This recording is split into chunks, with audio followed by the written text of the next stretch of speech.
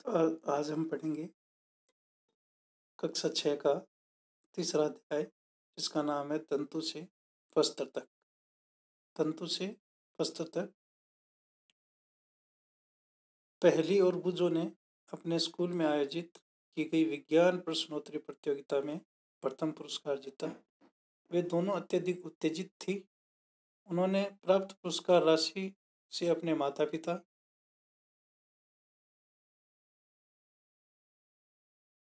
के लिए वस्त्र खरीदने का निश्चय किया। वे कपड़े की दुकान पर वस्त्र सामग्री की विस्तृत विविधता देखकर उलझन में फंस गए। दुकानदार ने उन्हें यह समझाया कि कुछ कपड़े अथवा वस्त्र सूती हैं तो कुछ संश्लेषित यानी कृत्रिम है। उनके पास ऊनी मफलर या शाल भी थे।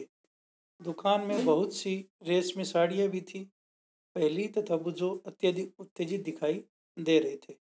उन्होंने इन विभिन्न कपड़ों को स्पर्श किया और उनके बारे में जानकारी प्राप्त की। अंत में उन्होंने एक ऊनी मफलर तथा एक सूती साड़ी खरीद ली।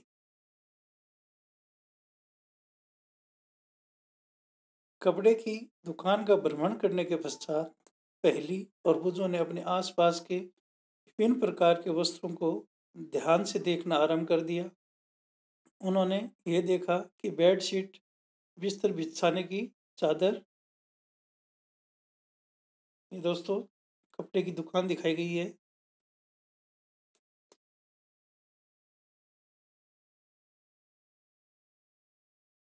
कंबल, पर्दे, मेजपोश, तौलिए और झाड़न, डस्टर आदि ये सभी भिन्न भिन्न प्रकार के कपड़ों से बने हैं। यहाँ तक कि उनके अपने वस्त्र और बोरे भी किसी प्रकार के वस्त्र से बने हैं। उन्होंने इन सभी वस्त्रों की पहचान सूती, ऊनी, रेशमी तथा संश्लेषित यानी कृत्रिम के रूप में की। क्या आप इन वस्त्रों में से कुछ की पहचान कर सकते हैं? वस्त्रों की विविधता। वस्त्रों की विविधता। अपने पास के किसी दर्जी की दुकान का भ्रमण कीजिए। सिलाई के लिए बचे कपड़े की कतरन एकत्र कीजिए।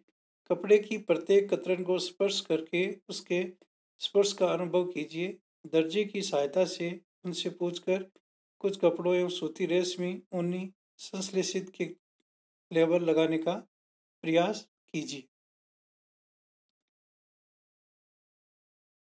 क्या आप ये जानते हैं कि ये विभिन्न कपड़े जिस प्रकार बनते हैं, जब आप किसी कपड़े का अवलोकन करते हैं तो वह एक सतत टुकड़ा प्रतीत होता है। अब इसे ध्यान से देखिए, आपने क्या देखा? क्रियाकलाप 2। सूती कपड़े का यह टुकड़ा चुनिए जिस पर आपने क्रियाकलाप फर्स्ट में लेबल लगाया था। इसके एक सिरे पर कोई ढीला धागा या तागा ढूंढने का प्रयास कीजिए और इसे बाहर खींचिए। यदि कोई ढीला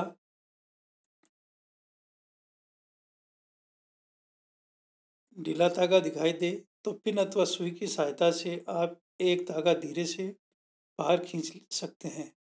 हम यह देखते हैं कि तागों को एक साथ व्यवस्थित करने पर वस्त्र बना है। यह तागा किससे बना है? तंतु। किसी सूती वस्त्र के टुकड़े से कोई तागा बाहर निकालिए, तब तागे के टुकड़े को मेज पर रखिए। इस तागे के टुकड़े के एक सिरे को अपने अंगूठे से दबाइए। तागे के दूसरे सिरे को अपनी लंबाई के अनुदिश चित्र 3.4 में दर्शाए अनुसार अपने नाखून से खरोंचिए। क्या आप इस सिरे पर यह देखते हैं कि तागा पतली लड़ियों में विखंडित हो गया है?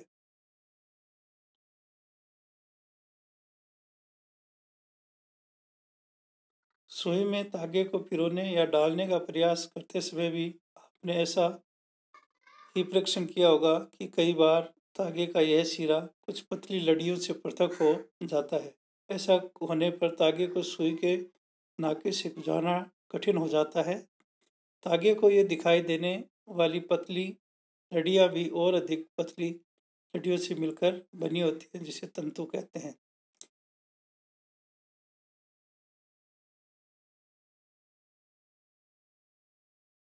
वस्त्र तागों से मिलकर बनते हैं तथा तागे भी आगे तंतु से मिलकर बनते हैं।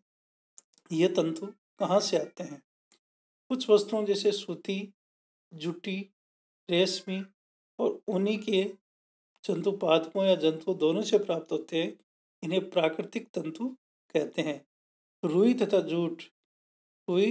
जूट या पटसन पादपों से प्राप्त होने वाले तंतुओं के उदाहरण हैं। ऊन तथा रेशम जंतुओं से प्राप्त होते हैं। ऊन भेड़ तथा बकरी की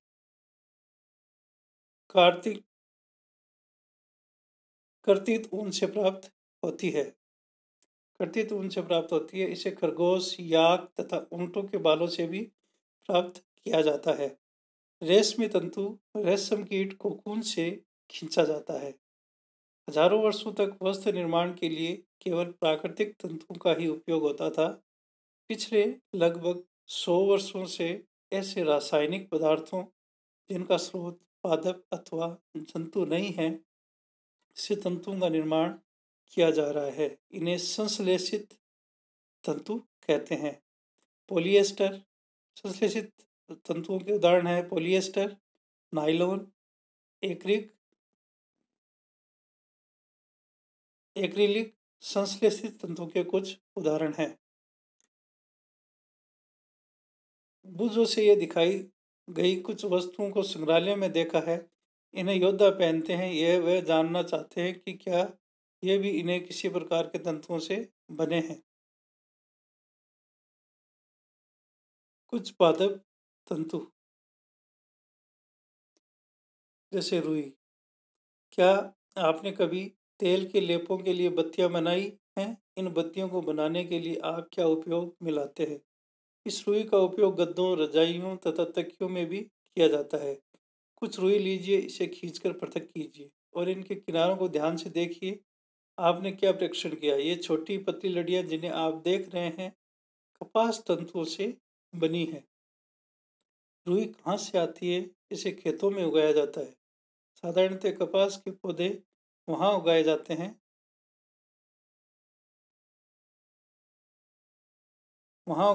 जहाँ की मृदा काली तथा जलवायु उष्ण होती है। क्या आप ऐसे कुछ राज्यों के नाम बता सकते हैं जहाँ हमारे देश में कपास की कृषि की जाती है? कपास पादपों के फल कपास गोलक। कपास का जो फल होता है उसे कपास गोलक कहते हैं। लगभग नींबू की माप के होते हैं। पूर्ण परिपक्व होने पर बीज टूटकर खुल जाते हैं तथा अब कपास तंतु से ढके बिनोले कपास बीज को देखा जा सकता है। क्या आपने ऐसा कपास खेत देखा है जो कपास चुने जाने के लिए तैयार हो चुका है? इस समय खेत के कपास के परिफूलों यानी रोहों से इतना श्वेत हो जाता है जिसे हिम ने ढक लिया हो।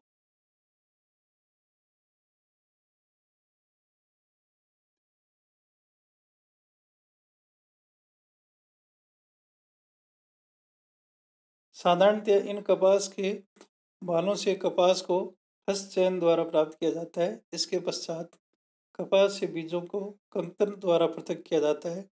इस प्रक्रिया को कपास ओटना कहते हैं। साधारणतः इन कपास बालों से कपास को हस्तचयन द्वारा पृथक किया जाता है। इसके पश्चात कपास से बीजों को कंकन द्वारा पृथक किया जाता है। इस पूरी प्रक्रिया को कपास ओटना कहते हैं। पारंपरिक ढंग से कपास हाथों से ओटी जाती थी। आजकल कपास ओटने के लिए मशीन का उपयोग भी किया जाता है। जूट या पटसन।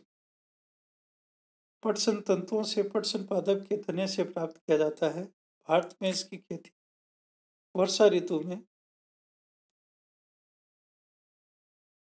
ऋतु में की जाती है। भारत में पटसन को प्रमुख रूप से पश्चिम बंगाल, बिहार, असम में उगाया जाता है। सामान्यतः पटसन पादप फसल को पुष्पन अवस्था में काटते हैं।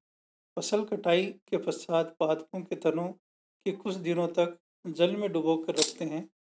ऐसा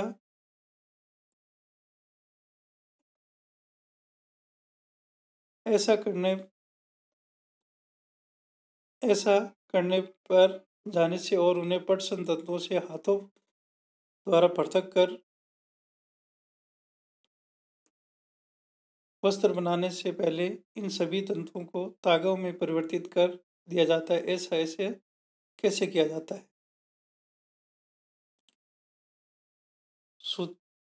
सूती धागे की कताई। सूती धागे की कताई। आप स्वयं सूती धागा बनाने का प्रयास कर सकते हैं। क्रियाकलाप 4। एक हाथ में कुछ रुई पकड़िए, दूसरे हाथ में अंगूठे और तर्जनी के बीच कुछ रुई की चुटकी भरिए और इसे धीरे धीरे रुई से बाहर की ओर खींचिए और रेशों को लगाकर ऐंठते भी रहिए। क्या आप धागा बना सकते हैं? रेशों से धागा बनाने की प्रक्रिया को कताई कहते हैं। रेशों से धागा बनाने की प्रक्रिया को कताई कहते हैं। इस प्रक्रिया में रुई के एक पुंज से रेशों को खींचकर ऐंठते हैं।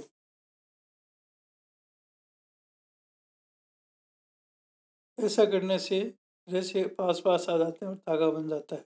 कताई के लिए एक सरल युक्ति हस्त तकवा का उपयोग किया जाता है, जिसे तकली कहते हैं। चित्र 3.10 हाथ से प्रचलित कताई में उपयोग होने वाली एक अन्य युक्ति चरखा है। चरखे के उपयोग को राष्ट्रपिता महात्मा गांधी ने स्वतंत्रता आंदोलन के एक पक्ष के रूप में लोकप्रियता प्रदान की। उन्होंने लोगों को हाथ में कते धागों से बुने वस्त्रों में खादी पहनने और ब्रिटेन की मिलों में बने आयातित कपड़ों का बहिष्कार करने के लिए प्रोत्साहित किया था। खादी के प्रचलन को बढ़ावा देने के लिए भारत सरकार ने 1956 में एक संगठन का निर्माण किया, जिसे खादी एवं ग्रामोद्योग आयोग कहते हैं। बृहद पैमाने पर धागों की कताई का कार्य मशीनों की सहायता से किया जाता है। कताई के पश्चात धागों का उपयोग वस्त्र बनाने में किया जाता है। धागे से वस्त्र। धागे से वस्त्र बनाने के लिए कई विधियां हैं। इनमें से दो प्रमुख विधियां बुनाई तथा बंधाई हैं। बुनाई। क्रियाकलाप 2 में आपने ये देखा होगा कि वस्त्र धागों के दो सेटों, जिन्हें एक साथ व्यवस्थित किया जाता है, से मिलकर बनते हैं। धागों के दो सेटों को आपस में व्यवस्थित करके वस्त्र बनाने की प्रक्रिया को बुनाई या वीविंग कहते हैं। आइए कागज की कुछ पट्टियों को बुनने का प्रयास करते हैं। क्रियाकलाप 5। भिन्न भिन्न रंगों की दो कागज की शीटें लीजिए। दोनों में से 30 सेंटीमीटर लंबाई, 30 सेंटीमीटर चौड़ाई की वर्गाकार शीट काटिए। अब इन दोनों शीटों को आधा मोड़िए। एक शीट को चित्र 3.12 में दिखाए अनुसार रेखाएं खींचिए और दूसरी शीट पर चित्र 3.12 में दिखाए अनुसार रेखाएं खींचिए। दोनों शीटों को खींची गई रेखाओं के अनुदिश काटिए और फिर शीटों के मोड़ों को खोलकर इन्हें फैला दीजिए। एक शीट की पट्टी को एक तरफ, दूसरी शीट की पट्टी को दूसरी तरफ कटाए। चित्र 3.12 में दिखाए अनुसार बुनिए। चित्र 3.12 में पट्टियों के बुनने के पश्चात का नमूना दिखाया गया है। इसी ढंग से धागों के दो सेटों को बुनकर वस्त्र बुने जाते हैं। धागे वास्तव में कागज की पट्टियों की तुलना में बहुत पतले होते हैं। वस्त्रों की बुनाई करघों पर की जाती है। करघे या तो हस्त प्रचलित होते हैं अथवा विद्युत प्रचलित। एक विशेष प्रकार की बुनाई। क्या कभी आपने ये ध्यान से देखा होगा कि स्वेटर किस प्रकार बुने जाते हैं? इनकी बुनाई या फिटिंग में किसी एकल धागे का उपयोग वस्त्र के एक टुकड़े को बनाने में किया जाता है। चित्र 3.14। क्या आपने कभी किसी फटे हुए मोजे के किसी तारों को खींचकर देखा है? जब आप ऐसा करते हैं तब तब क्या होता है? एकल धागा लगातार खींचता चला जाता है तथा वस्त्र उधड़ता जाता है। मोजे और बहुत सी अन्य पहनने की वस्तुएं ऐसी बुनाई द्वारा वस्त्र बनाए जाते हैं। इस प्रकार की बुनाई हाथों से तथा मशीनों द्वारा भी की जाती है। दोनों प्रकार की बुनाई का उपयोग विभिन्न प्रकार के वस्त्रों के निर्माण में किया जाता है। इन वस्त्रों के उपयोग पहनने का विविध वस्तुओं को बनाने में होता है।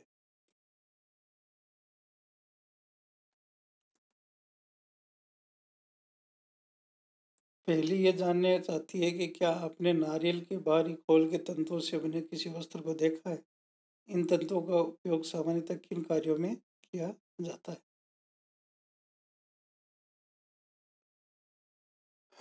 वस्त्र सामग्री का इतिहास। क्या आपने कभी ये जानने का प्रयास किया है प्राचीन काल में लोग पहनने के लिए किन सामग्री का उपयोग करते थे? वस्त्रों के विषय में परमाणु से ऐसा प्रतीत होता है कि प्रारंभ में लोग वृक्षों की छाल या वलक, बड़ी बड़ी पत्तियों और जंतुओं की चर्म और समूर से अपने शरीर को ढकते थे। कृषि समुदाय में बसना आरंभ करने के पश्चात लोगों ने पतली पतली टहनियाँ तथा घास को बुनकर चटाइयाँ या डालियाँ टोकरी बनाना सीखा। लताओं, जंतुओं की ऊन और बालों को आपस में ऐंठ देकर लंबी लड़ियाँ बनाकर इनको बुनकर वस्त्र तैयार किए। पूर्व में भारतवासी रुई से बने वस्त्र पहनते थे जो गंगा नदी के निकटवर्ती क्षेत्र में उगाई जाती थी। फ्लेक्स भी एक पादप है फ्लेक्स भी एक पादप है जिससे प्राकृतिक तंतु प्राप्त होता है। प्राचीन मिस्र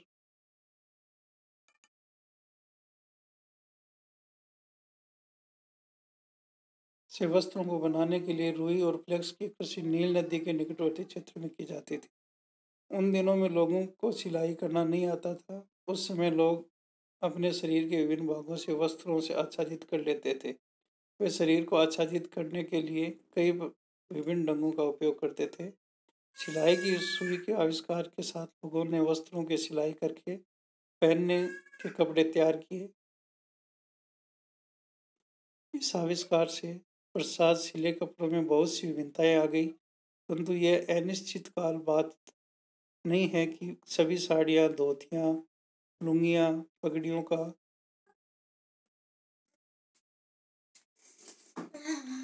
का बिना सिले वस्त्रों के लिए उपयोग में किया जाता था।